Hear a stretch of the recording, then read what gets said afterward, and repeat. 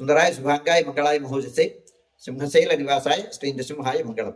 శ్రీ శ్రీ శ్రీ వరాహలక్ష్మీ నృసింహస్వామి వారి సన్నిధానంలో శ్రావణ శుద్ధ తదియ బుధవారం ఉబ్బా నక్షత్రం ఆగస్టు 7వ తారీఖు యథావిధిగా 4 గంటల నుంచి 4:30 గంటల వరకు సుప్రభాత సేవ. సుప్రభాత సేవలో భాగస్వాములు కాగోరు వారు దాన్ని తగిన రుసుము చెల్లించి సంప్రదాయ వస్త్రధారణంతో పరిమిత సంఖ్యలో భాగస్వాములు కావచ్చు. 4:30 గంటల నుంచి 6:30 గంటల వరకు ప్రాతరారాధన.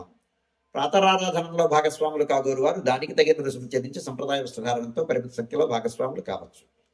4:30 గంటల నుంచి 6:30 గంటల వరకు జరిగేటువంటి ప్రాతరారాధనలో భాగంగా నిత్యవేద పారాయణం, ఉపనిషత్ పారాయణం, దివ్య ప్రబంధ సేవాకాలం, అనంతరం ధూపసేవా సమయంలో చతుర్వేద పారాయణం, శ్రీరామాయణం, భారతం, భాగవతం, విష్ణు పురాణం, క్షేత్ర మహాత్మ్యం, వరాపురాణం, శ్రీభాష్యం, భగవద్విషయం మొదలైన గ్రంథాలన్నీ పారాయణం చేయడానికి ఉపక్రమిస్తారు.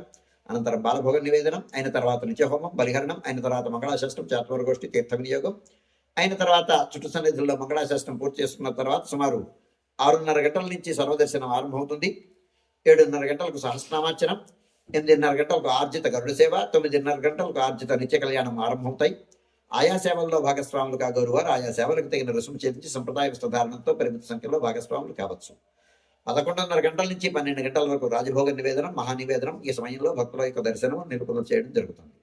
మధ్యాహ్నం 12 గంటల నుంచి 2:30 గంటల వరకు సర్వదర్శనం, 2:30 గంటల నుంచి 3 గంటల వరకు మధ్యాహ్న విరామం. ఈ సమయంలో భక్తుల యొక్క దర్శనం నిలుపుదల చేయడం జరుగుతుంది.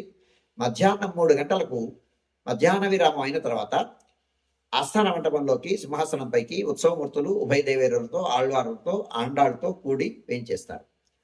వేయించేసిన తర్వాత విశేష ఆరాధన సమర్పించి ధూప సమర్పణం అయిన తర్వాత శుంఠి శర్కర నివేదనం జరిపించి నాలాయిర అధ్యాపకులకు శ్రీశటారి అనుగ్రహించిన తర్వాత వారు నాలాయిర దివ్య ప్రబంధాన్ని ధ్యానం చేస్తారు, విన్నపం చేస్తారు.